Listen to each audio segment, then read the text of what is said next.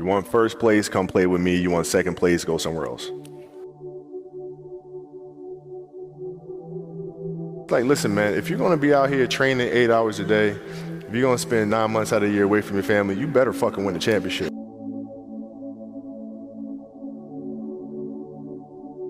I had a purpose. I wanted to be one of the best basketball players to ever play. And anything else that was outside of that lane, I didn't have time for. At what age did that goal become crystal clear? I made that deal with myself at 13 years old. At 13 years old? 13 years old. That's the deal I made. You were crystal clear about it? Crystal clear. And where did inspiration come from? The love of the game. The love of the game, the challenge. Like, I would watch Magic play, I'd watch Michael play, and I would see them do these unbelievable things, and I'd say, you know, can I get to that level? I don't know, but let's find out. Let's find out.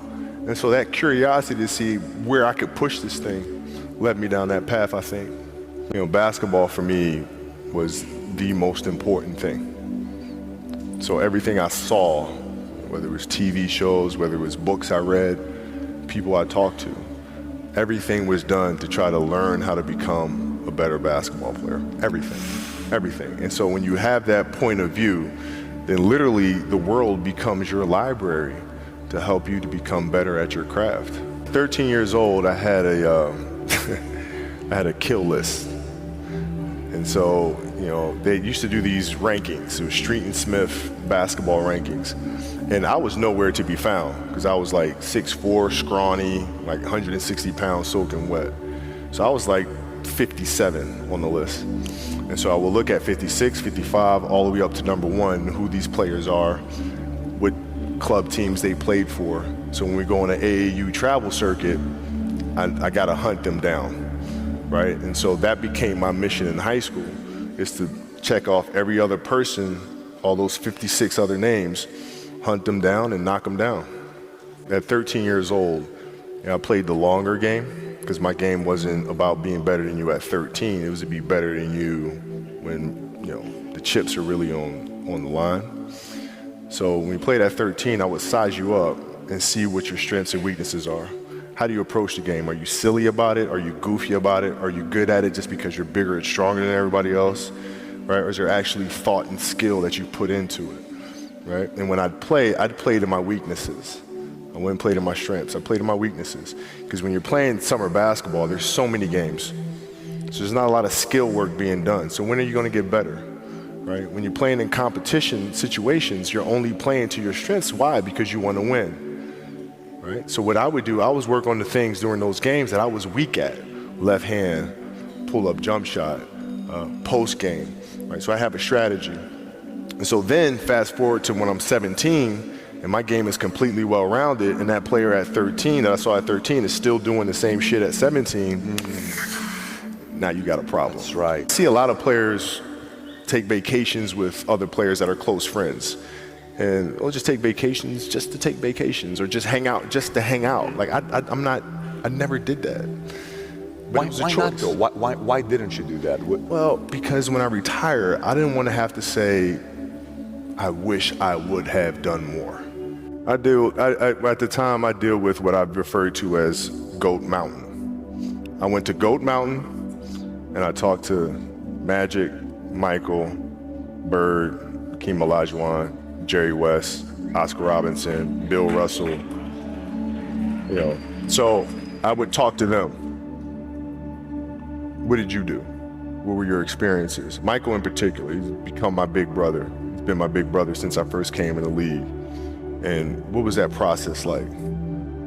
So I went to them and started understanding the ins and outs of the game, and you know how they approach things and their level of detail and obsessiveness, and that's what I did.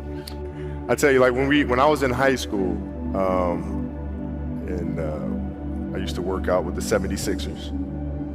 I used to ask them, you know, what's it like to guard Mike? You know, Mike? You mean Black Jesus? I'm like, what the fuck? Black who?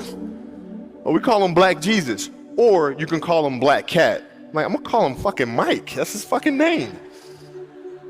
So the level of fear that he inspired in others was insane. Wow. And I would tell him, I said, when I face him, we're gonna go at it. He says, oh, you don't wanna do that. I'm like, what? Man, you don't know me, man. And so when we matched up, I think he understood that. And when I was 18, my first year, he got the best of me a bunch of times. I was right there the next play. You're not intimidating me, I'm not going anywhere. And I think he saw that level of respect, because I think he was the same way at 18 years old. And that common bond is what I think, where our connection was built. You got to look at the reality of the situation. Like for me, it's not, you kind of got to get over yourself. Like, it's not about you, man. Like, okay, you feel embarrassed. You're not that important. Like, get over yourself. That's where you go. Get over yourself, right? Like, you're worried about how people may perceive you, and like you're walking around and it's embarrassing because you shot 5 air balls. Get over yourself, right? And then after that, it's okay, well, why did those air balls happen? Got it. High school, year before, we played 35 games, max, right? Week in between, spaced out. Plenty of time to rest. In the NBA, it's back to back to back to back to back to back to back. I didn't have the legs. So you look at the shot, every shot was online.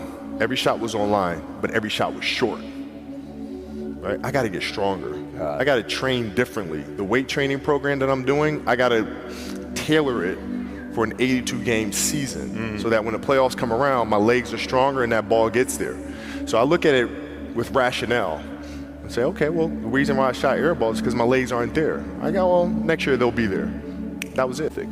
I mean, you hear so many guys tell stories about your work ethic. Yeah. What was really your work ethic like, and for how long did you stay disciplined? Well, I mean, every day. Since 20 years. It was an everyday process, and trying to figure out strengths and weaknesses. For example, jumping ability. Man, my vertical was a 40, it wasn't a 46 or a 45. My hands are big, but they're not massive, right? So you got to figure out ways to strengthen them so your hands are strong enough to be able to palm a ball and do the things that you need to do. Quickness, I was quick, but not insanely quick. I was fast, but not ridiculously fast, right? So I had to rely on skill a lot more. I had to rely on angles a lot more. I had to study the game a lot more. And but I enjoyed it though. So like from the time I can remember when I started watching the game, I studied the game, and it just never changed. Seriously, it's crazy. Like, you got a lot of people paying their hard-earned money to come watch you perform. It's your job to be in shape. It's your job to be strong enough to perform at that level every single night. And as a competitor, I'm not ducking shit. Like, it's not, oh my God, my back hurts, I'm sore, we got to play Vince Carter and Toronto Raptors tonight. We actually had this happen. We had a game against Toronto in 2000, and Vince was tearing the league up. My back was jacked. But like the perception of that, like, what? Kobe's missing the game against Toronto and Vince Carter because my back was really spasming.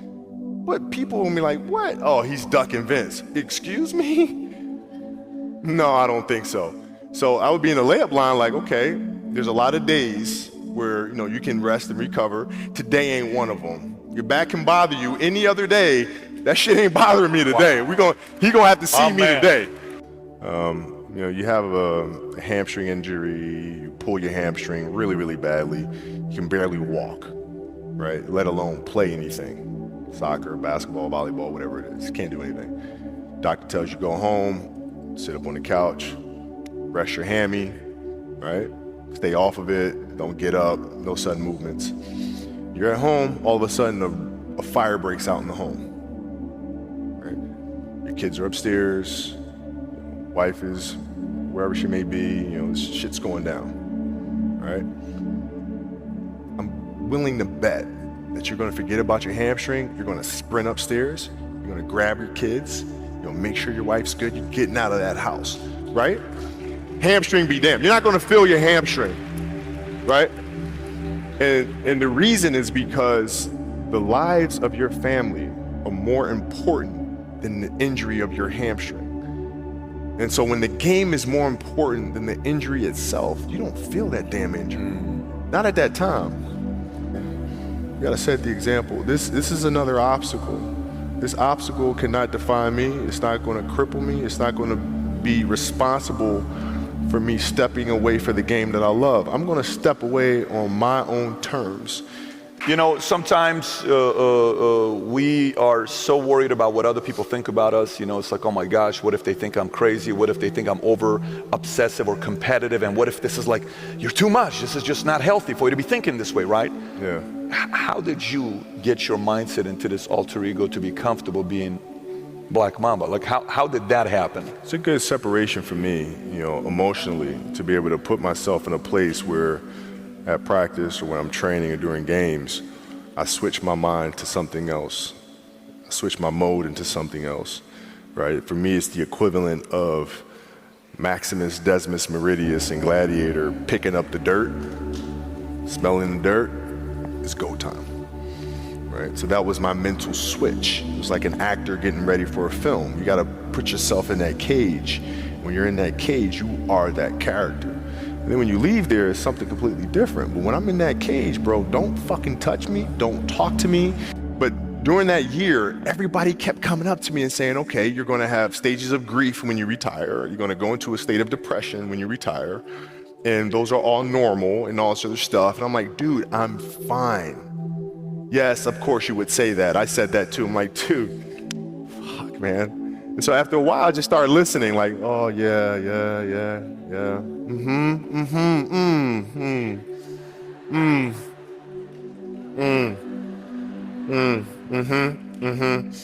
And, you know, and then my competitiveness inside was like, no, I'm gonna do something in the next 20 years that is better than these last 20.